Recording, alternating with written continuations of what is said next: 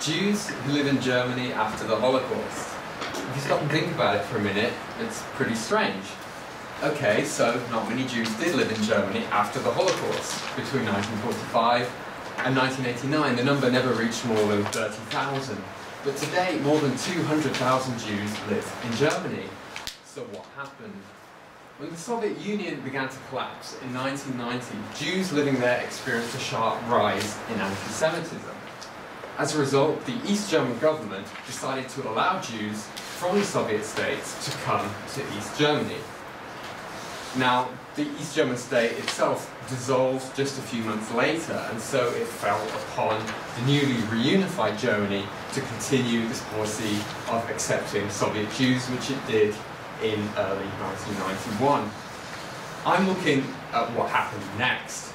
My study is about the tensions, conflicts, and successes within Germany's Jewish communities in the first 15 years of this immigration.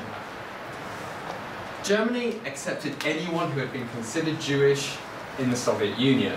But in the Soviet Union, Judaism was defined as a nationality, not as a religion.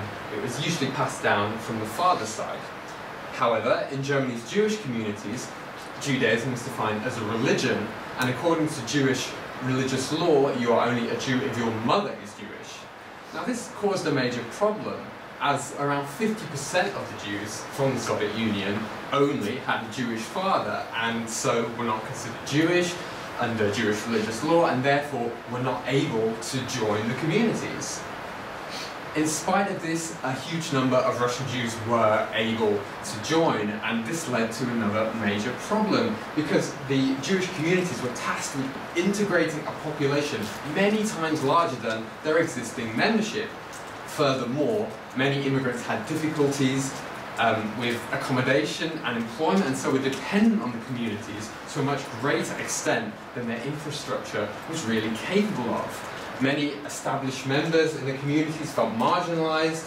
They saw the new arrivals as ignorant about Judaism, as demanding of resources and as ungrateful, while the immigrants saw the established Jews as arrogant and aloof. In some cases, these tensions even led to communities splitting in two. My research is a case study of integration. It's a study of whether you can integrate 90% into 10%.